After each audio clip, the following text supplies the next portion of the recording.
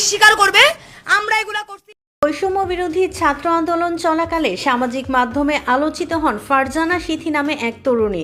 প্রথমে আন্দোলন চলাকালে পুলিশ কর্তাদের সামনে দৃপ্ত কণ্ঠে প্রতিবাদ জানিয়ে নেটিজেনদের নজর কাড়েন। তবে সরকার পতনের পর আগস্টের মাঝামাঝি সময়ে এক সেনা কর্মকর্তার সঙ্গে বাকবিতণ্ডায় জড়িয়ে ব্যাপক সমালোচিত হন সিথি।